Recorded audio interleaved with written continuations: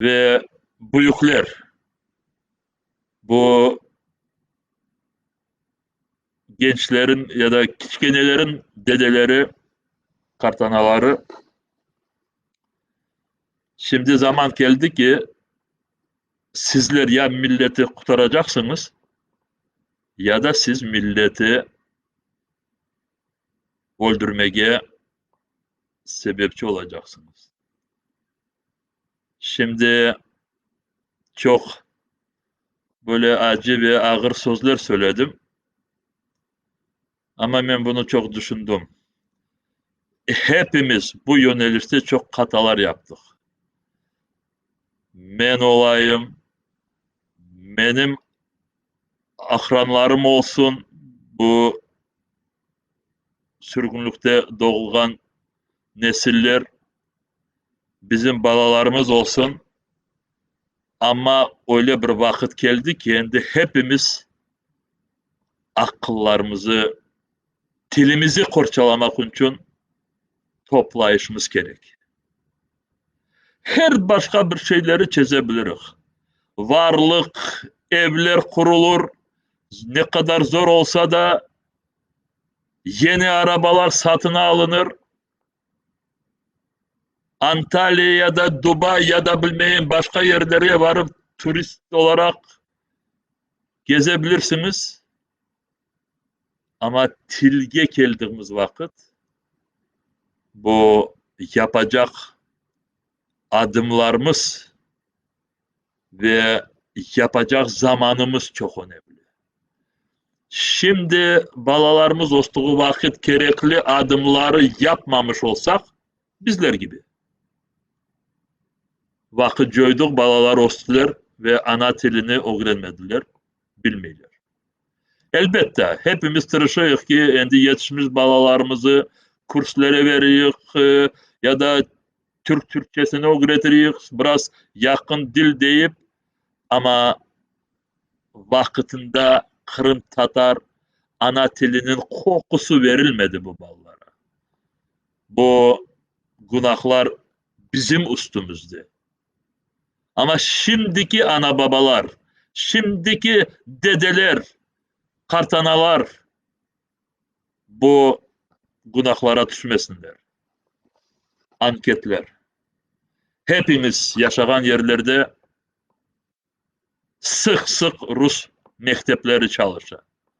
Biz o mektepleri Kırım Tatar tiline çevirmesine bu durumda becermeyecek. Vakti gelir bu mektepler iki tilde dersleri alıp barırlar. Ukrayn, Kırım Tatar tili ya da bilmeyeyim.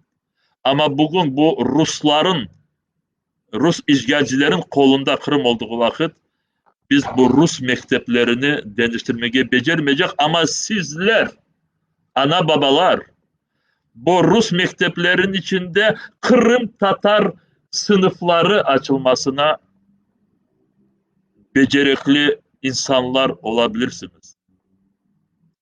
Eğer çekinmeseniz, bağışlanız, korkmasanız ve milletinin geleceğini kendinizin, balalarınızın, torunlarınızın geleceklerini düşünseniz.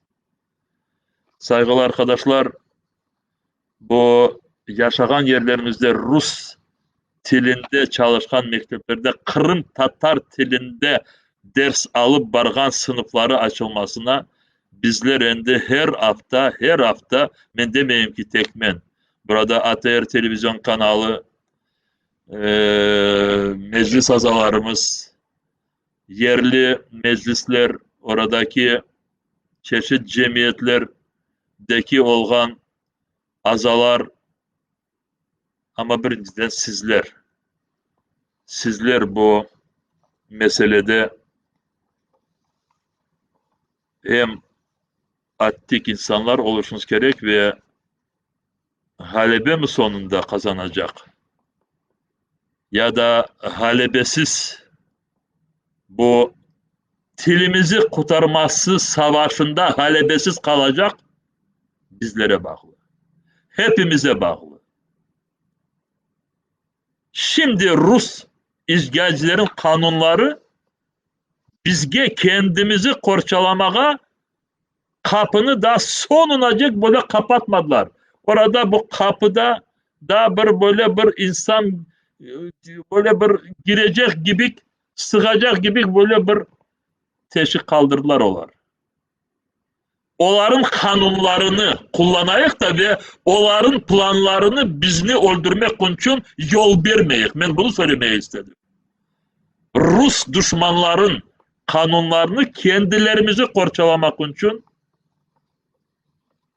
kullanayıq.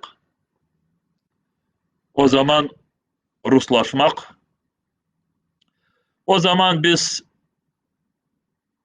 Kırım'ı kendi koluna sonunacak çekmeye tırışkan insanları onlar düşüngen gibi böyle bir kubre yerinde olmak, kusura bakmayın ben şimdi bunu uydurmadım.